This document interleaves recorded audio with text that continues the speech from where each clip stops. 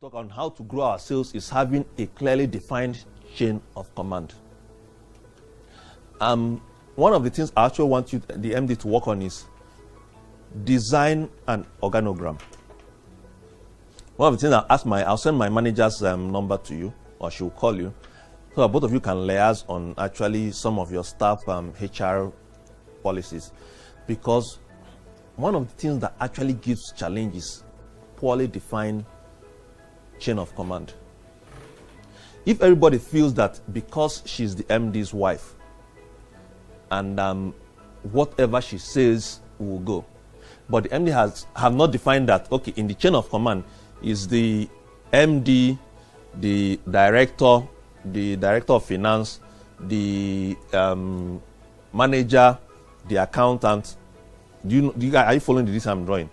Now, if in the organogram he has placed her as there's the MD, normally in a corporate setting should be the chairman, the board of director, the CEO, the directors, then the managers.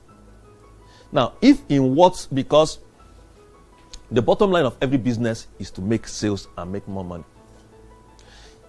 If you've not decided and said, see, I might be the person who brought the money to start this business, but I'm not a good CEO. I might be a very good pharmacist.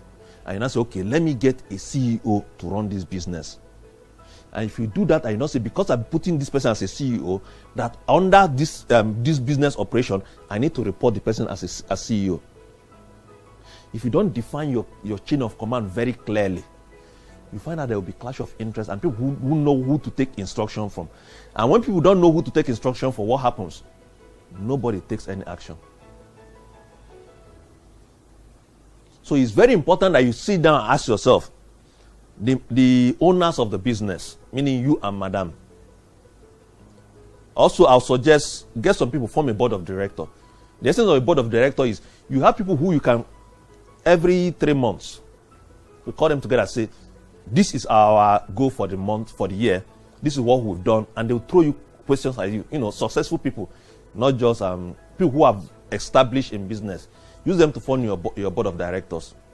Now, when you do that, when you now establish a clear chain of command, and use an example, for instance, and based on what you agree that, see, between me, let madam be the CEO, I be the manager, I be a director, and let there be a manager. Now, you know that in the chain of command, she gives order and you cannot counter it.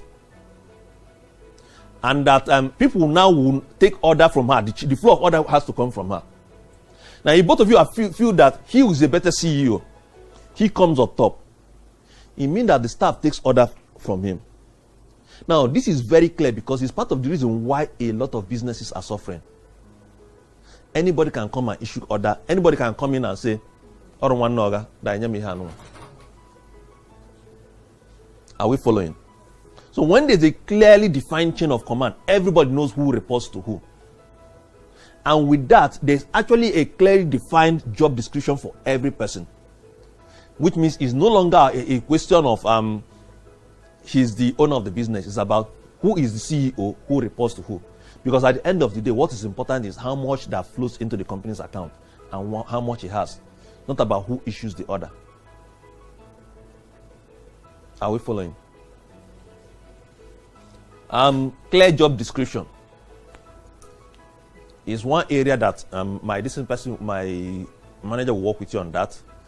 Everybody, how many of us have job description? So on a daily basis now, what do you think he expects of you as the CEO? As a cashier. No, yeah. I'm expecting for you to balance the account to make sure that everything Is that the only thing you think that your job entails? Now, what? Okay, she has said what she wants. She is filled. MD, what were your expectations from her?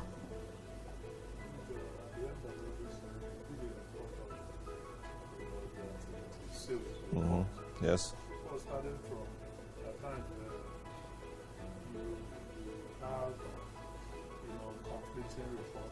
one coming from the system and one coming from the one you have at that. What happened? Why is it like this?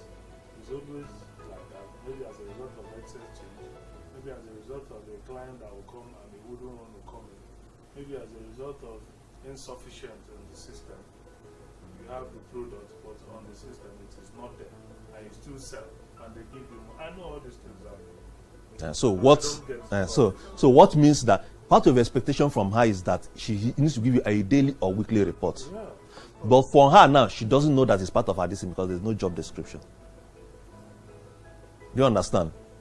And also to help the manager because he always complain he has a lot to do this, that. Now, also maybe from his own now is maybe he goes to pick stuff from this thing, but maybe from your own expectation from him, he's not supposed to be doing that. But if you come and say, okay, the person who, whether he's there or not, in your organogram, when you design your organogram, the person who is supposed to be a manager, these are my expectations from him. So when the person comes in, maybe he leaves and that person comes in, you have a written job description. So even when you are recruiting, any position that you recruit for, you already have a job description on what you expect from that position. So whoever you're looking for has to fit that job description. The SOP, but it's not as defined as a single. So what I want us to do is when she calls you, you guys to work on actually for each person defining clearly, yes, what you expect from each of the person. So that when the person now starts to say, I work too much, you now know to, because most times we don't know that there's a difference between activity and productivity.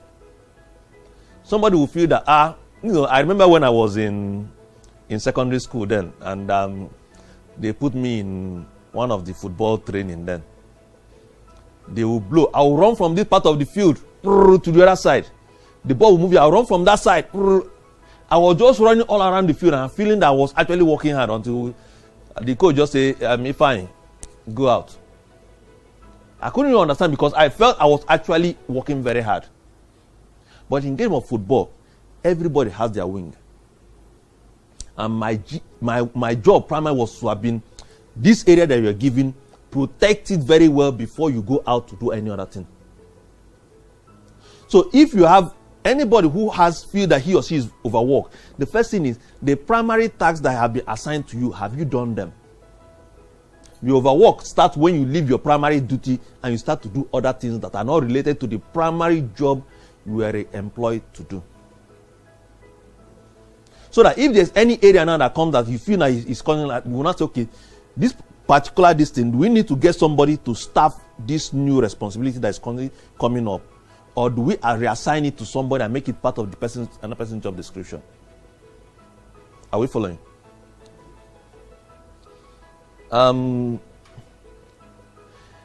IQ and EQ based recruitment and retention. IQ means your intelligence quotient. How smart are you? I always ask people to use more of emotional quotient, which means how compassionate is that particular staff? How empathic is that particular person? Somebody might be very intelligent but very saucy. You don't need that kind of person in your system. Which means staff attitude is something that must be checked regularly. No matter how intelligent anybody is, the moment the person starts to get insultive, the moment the person can't empathize with the company and with the patient, is a sign that that person needs to leave that organization. It's better to have somebody who can emotionally connect with other people, and the person is not too intelligent. In fact, a study was done, and they checked which doctors do patients sue the most. And after studies, they found out that patients were suing very intelligent, sharp doctors more than the ordinary one, and they wanted to find out why. And they found out that these intelligent, sharp, doctors tend to be very saucy. And the small mistake that they will make, the patient will sue them. But the one that is very compassionate, even if the person doesn't know the job very well, but it relates to you, plays with you, asks about your family, even if he makes a major mistake, the patient will say, maybe it's just one thing. So in your business, if you can have some people who relate more with that to your customers, you don't need that person in your business. Because you need anybody who comes in here want to be appreciated. And you need people who make your people feel appreciated. You don't want somebody who, when they come in here, when they are leaving, they feel inferior. They have a loss of self-esteem because they've come into your business. Everybody, when they think about you, need to have a very good feeling. It's very important that, we tend to relate. Let's say I say bitter leaf now, not the soup, the bitter leaf. What do you attach to it? Or let me say, I say small stout. What do you attach to the taste? If I say cake, what do I attach to it? It's the same thing. When the name of your pharmacy is mentioned, there's always an emotional experience attached to it on the customer's mind. Your job is to ensure that it's a pleasant experience that is evoked anytime the name of your business is mentioned. Which is why a shop like ShopRite, when they understood it, they've put this in place such that when you mention their name, a part of feeling is evoked in your mind that makes you want to go there with your family. Because at the end of it, there's nothing different between ShopRite and a supermarket. But because they've actually structured in such a way that their lighting, the ambience, the sound, the way the staff attend to you has created a pleasant feeling in you. Anytime you think about them, you have a pleasant feeling, and you want to reenact that feeling. That's why you go back there. If not, everything you buy in ShopRite, you can actually buy it in open market and even get it cheaper. The next one is active self-development. The challenge a lot of pharmacists, business owners have is the information that they graduated with, that they are still operating with. Now, I was interviewing a pharmacist for somebody, and I was asking her, so why